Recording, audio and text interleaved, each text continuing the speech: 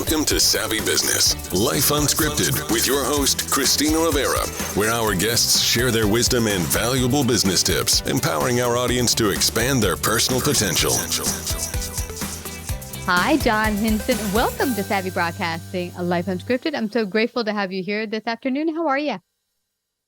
Great. Thank you so much for having me. I'm excited. Oh, you bet. I mean, you're doing awesome work out there. I saw some of the, work you're doing out there, broadcasting, marketing. And as we chatted just before we hit the go button, a lot of businesses don't make it to year 5. So standing out in a crowded marketplace is something that you're really going to want to do, but in the right way. Because a lot of people try to do everything at once and their marketing is just not really solid or focused. So before we go there, though, just share a little about your background with our audience. Yes. So I am the editorial director for a company called Spotlight Branding. We do content marketing. Our primary audience is solo and small law firms and CPAs, financial advisors, things like that.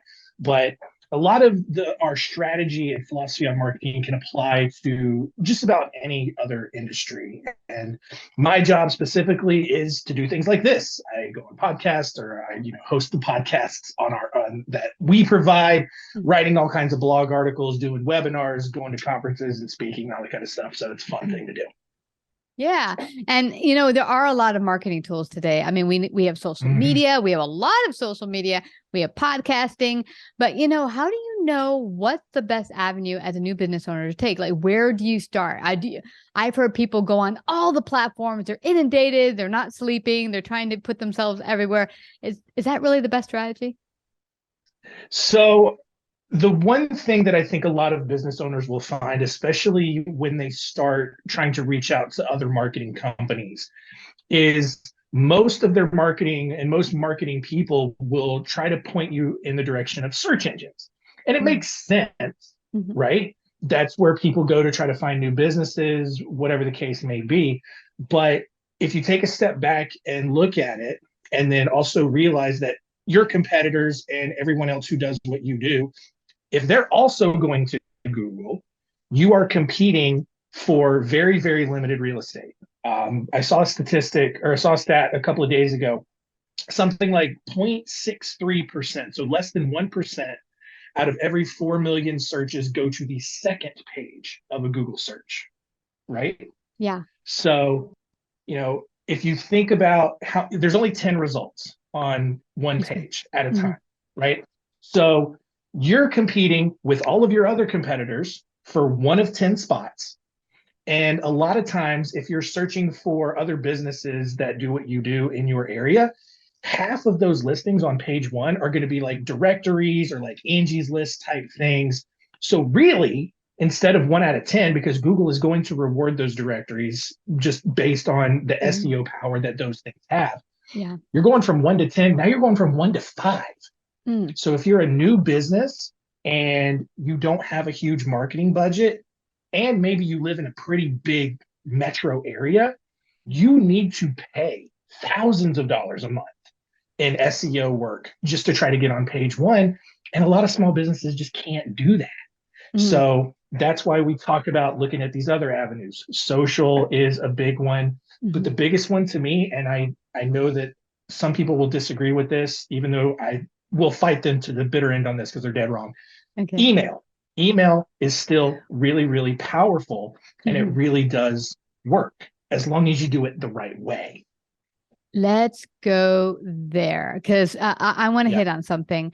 In New York City, I had a networking event I started. And the only reason I did it is because all the networking events I was going to is mostly a push of massive business cards. And I was like, what am I doing with these 100 business cards? It means nothing. I don't remember these people. And so I had started a group a number of years ago where I basically, one rule, no business cards. We have to really engage with one another, get to know each other at the end of the evening. And we would start with one expert kind of sharing some tidbit on what their expertise is about so we could all learn. And then at the end, if you had some engagement with someone, you wanted to share your details, fine, but no passing around of cards. And so I felt then connecting later after real engagement that the email made sense. I mean, what's your take? Yeah, I agree with that. And again, it's kind of why I said, you got to do it the right way. People don't want emails showing up immediately with offers, buy this amount off, Yeah. call our office, all that kind of stuff. That's not Yeah. the way to go about doing Mm-mm. it. Instead, as long as you're providing value, and by value, I mean, your email contains an article or a video that you shot of yourself explaining something, especially if you're in some sort of service industry, Mm-hmm. legal, finance, medical, even can get away with this. Even, landscapers, other stuff like that, where you're explaining how they can do something or how something works, Yeah. right? And so you're providing value, but you're also positioning yourself as a reliable source, as Mm. an expert. And, I was talking actually with someone earlier today. It's overall, it's a concept of branding, right? Like Mm-hmm. I work at Spotlight Branding, so obviously it makes sense that this is the angle that I take. But when you see a commercial or a billboard or something for Coca-Cola, right? Mm-hmm. There's no URL, there's no directions on where to go to buy a Coke, right? Mm-hmm. The whole point is to keep Coke top of mind with you so Mm-hmm. that when you decide you want something to drink, you're probably going to want to go for a Coke, Yeah. right? So it works the same way, Mm-hmm. right? You make consistent touch points with people, whether it's through email, whether you do it on social, but you provide value, you position yourself as the expert, you become literally unforgettable. Mm. And when people get to the point where they need whatever specific service it is you offer, Mm-hmm. they're more likely to think of you first and go with you Yeah. over everyone else. Yeah, I love that you say this, John, because one thing I think people don't realize, and I've heard other people say this who are business owners doing very well in their business, and that is if someone comes to you and you don't have anything to offer them, but you know someone who can well serve them, if you say, well, you know what, we're not able to help you with this, but I know John can do XYZ. And then you're not only a reliable source, but you're a trustworthy source because you're not just trying to be, it's all about me. I'm here to serve Mhm. you, and I might not be able to help you right now, but I know someone who can. Yeah. Mm-hmm. Yeah. It's also that it's sort of it's not the same way, but it's still that concept of virality, right? Mm-hmm. Like you have someone in your email list, you now have access to the people that they know. Mm-hmm. And Yeah. so they can vouch for you, even if they don't necessarily need you in that moment, you're still top of mind with them. So they're in a conversation with someone else and they're going through something. And it's like, hey, I know a guy, I know Mm-hmm. a gal who can help you with this. Let me get you their information. Wow. And you know what? This reminds me, John, of a guy I knew many years ago when I worked in Mhm. corporate, and he did it old school. Every month, he made a touch point via phone. Hi, Christina. How's that? He remembered my family's Mhm. name and how's it going? You're taking flying lesson. But part of me is like, oh my God, Joe, what? Because he was basically, I knew it was a sales call, really. But he was so Right. sweet about it. So, because he was so sweet, I didn't get too upset. Uh, but when I needed his services, he was first in Mhm. mind because he always made that touch point, and it was quick. I mean, probably a 2-minute phone call. Just say, I just want to check in if there's anything I can do to help. Say hi to your Yeah. husband, greetings, whatever. And 2 minutes over. And he, whenever I needed his company's services, he's the first one I always thought of. Even when I went to other companies years later, he was always the first one in that industry I would always send people to. Yeah, absolutely. And, Yeah. and being able to do, and it's still that same approach, right? Mm-hmm. It's Yeah. it's just that on steroids because you're still Yeah. providing value, you're still creating, you're able to do more touch points than maybe just one a month to one person. And another Yeah. thing that I love about this is that Mm-hmm. it's much more cost effective, right? Oh, yeah. You're not spending thousands of months on SEO work in the hopes of getting on Yeah. page one of Google. You're sending an email, you're using social media at a much smaller fraction of the cost. And Mm-hmm. to on another side of that, most people who are searching for business on Google, they're Mm-hmm. price shopping. So even if you do land on Google, they're going to the other websites of the other people who are on page one and they're comparing prices. And that's the Mm-hmm. main thing they care about. They're not looking for the the expert in that regard, they're not going to be easy to work with, Mm. especially not the same way that a referral is, right? Like you have to work harder.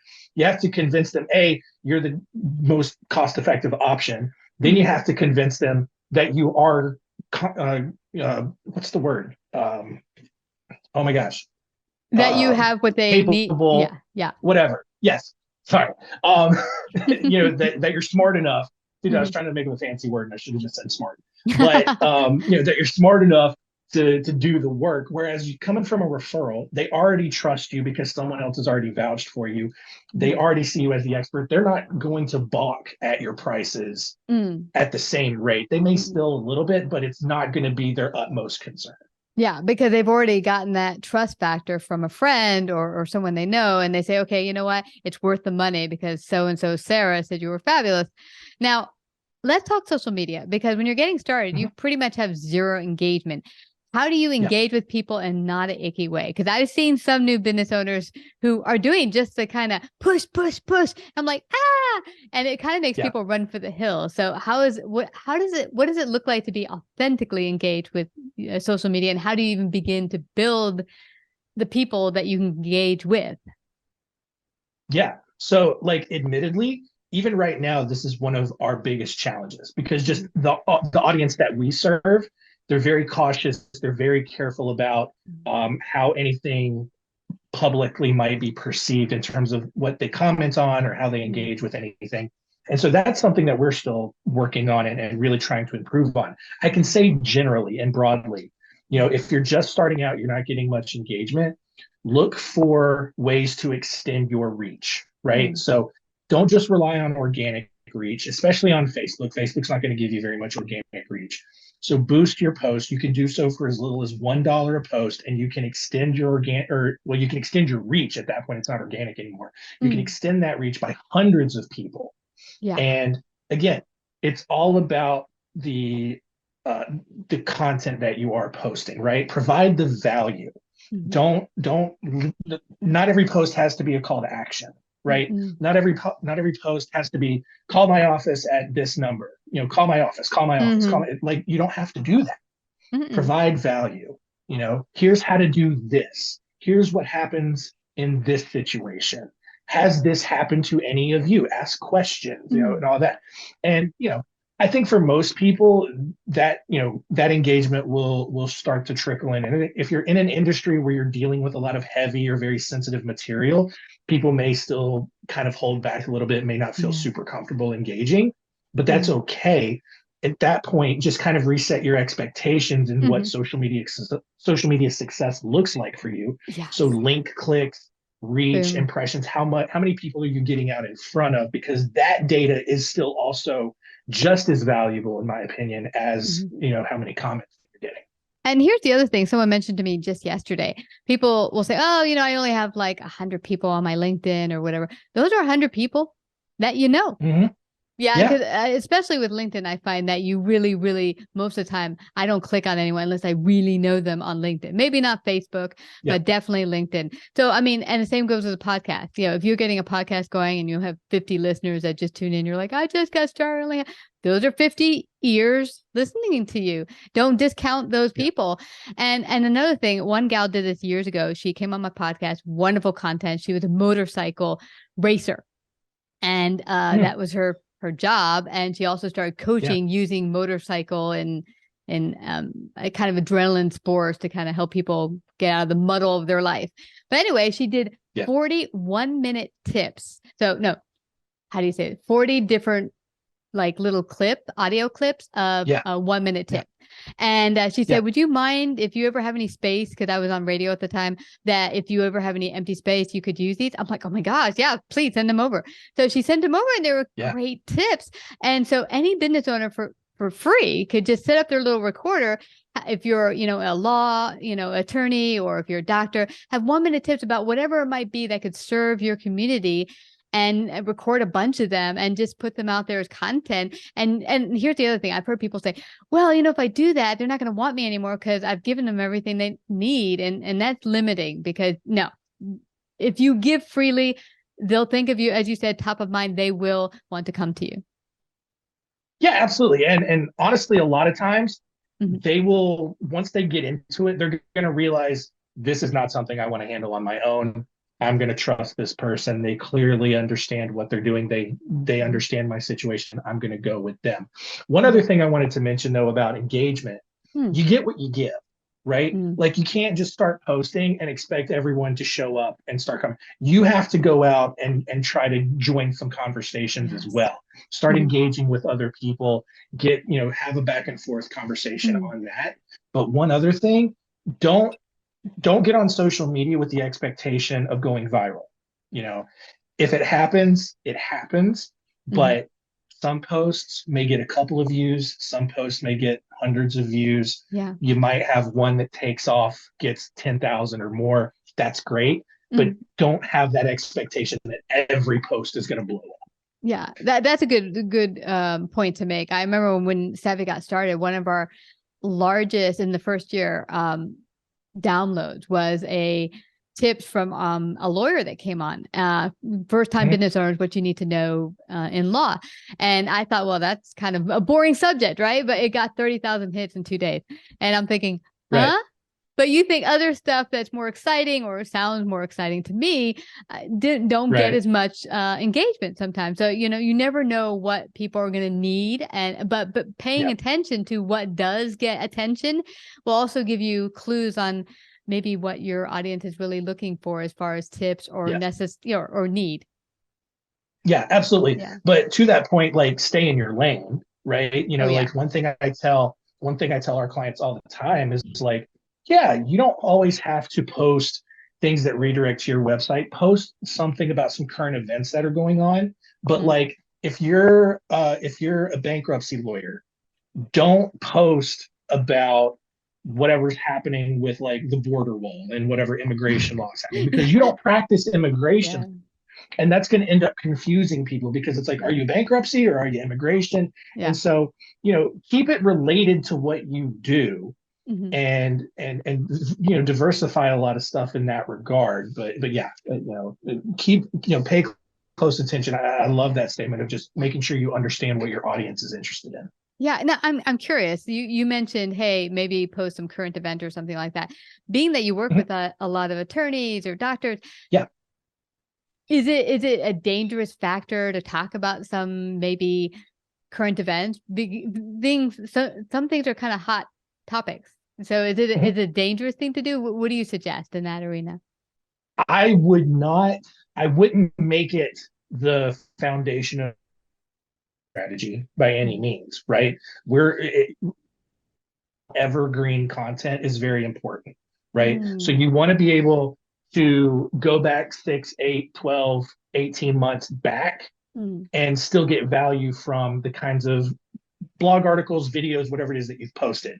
Yeah. If something big is happening in your industry in that moment, talk about it.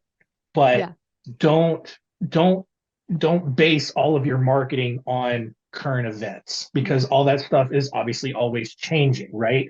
But if you have content that is, surface level, that's providing tips and providing value, that's not reliant, especially in our industry when statutes and laws change a lot, you don't want to have to constantly be going back and making sure that all of your blogs are accurate and up to date because a law changed. Keep it surface level, provide the value and the advice in that regard, so that you're not handcuffed, no pun intended, to like the content that you've written in the past that you've got to make sure is always up to date, because the advice and the tips and all that rarely ever changes. Yeah, I love that. And also getting started as a business owner, regardless of if you're attorney, doctor, whatever, the thing is, there's certain things from day to day. Maybe it's how to deal with your staff in a good way, and some things you learned in that arena that you could share, or just the everyday runnings of a business that could be very helpful to your audience. Yeah, absolutely. And even I've also seen it work where maybe you're really passionate about highlighting things that are going on in your community. Maybe there's a new restaurant that opened up down the street, you want to tell people about it. That's fine too. There's little things that you can sprinkle in along the way to diversify things that'll keep people interested. But again, it kind of goes back to just the core of what you're offering, right? Like, Yeah. make sure that people know what it is you do and what it is, the ways that you help and how you're positioning yourself in your market. Yeah, that's a good point, John. But also, I like the fact of sprinkling it with certain other things. Like I had a wonderful lunch here with a client, because then you're known as a real life person. One thing, the first 6 months I started my business, my financial consulting business, I just used a logo for all of my Twitter, Facebook, whatever. And finally, someone said, "Could you please post a picture?" And when I did, I immediately got engagement. Like, "Oh my gosh, it's nice to meet you." Because people don't relate to logos, they relate to real people. So when you sprinkle not only little things like I had lunch here, it was great, down the block or whatever, stuff like that, people can relate to you being a real human being. Yeah. And especially just with the way social media is going now, as Instagram is probably peaking, TikTok, or whatever might replace it if TikTok gets banned, that's where things are going. And you can't, like, to your point, you can't get away with just posting your logo every single time. You got to get out there. You got to be front facing. You could maybe if in a couple of months, probably when AI gets advanced enough to look like a real person is talking, you could replace yourself with that. But you got to be visual. You gotta change it up a little bit in that regard, and post those images, post those videos, because that's the kind of content that people are really gravitating towards. Awesome. Well, John, I don't want us to leave without everyone finding out how they can find out more about you and Spotlight Branding. How can they do that? Yeah, absolutely. Visit spotlightbranding.com to learn more about the marketing services that we provide. But if you're not in our target market or not interested in working with us in any way, totally fine. I get it. We also have a media component of our website called spotlightinsider.com. And there's new content going up every single day, podcast episodes, videos, articles that any business owner can get value out of. It's not just for lawyers and finance pros. It's all about content marketing, but we also have tech categories. We have personal development categories. We talk a lot about mental health and ways to take care of yourself over there as well. So just trying to provide value in any way we can. And if you would like to join our insider community where you get that content delivered right to you every week, you can go to spotlightbranding.com/join and become part of the community. Awesome. I will put that on the show page as well. I thank you so much, John. It's been such a pleasure connecting and chatting with you. Thanks for coming to Savvy Broadcasting. Thank you so much for having me. This is fun. Betcha. Like, subscribe, and share this episode. To listen to more savvy episodes and savvy biz tips, go to www.lifeunscriptedradio.com. To find out about our paid sponsorship opportunities or how to become a guest, email Christina at lifeunscriptedradio.com.